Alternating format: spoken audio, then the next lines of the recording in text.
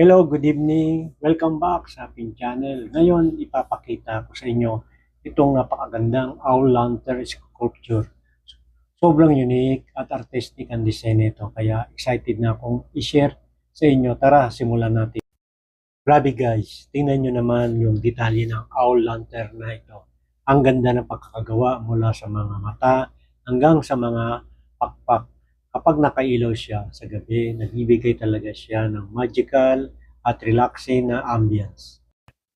At alam nyo guys, ang owl ay simbolo ng wisdom at mystery. Kaya bagay na bagay siyang gawing lantern sculpture. Kapag nakasindi ito, nagbibigay siya ng relaxing at magical na atmosphere. So ayan guys, sana nagustuhan nyo ang mini vlog natin tungkol sa owl lantern sculpture. Kung nagustuhan nyo itong video na ito, don't forget to like, i-follow, i-share aking video. Salamat sa panonood. Magkita-kita tayo sa next vlog. Bye. See you again. God bless to us all.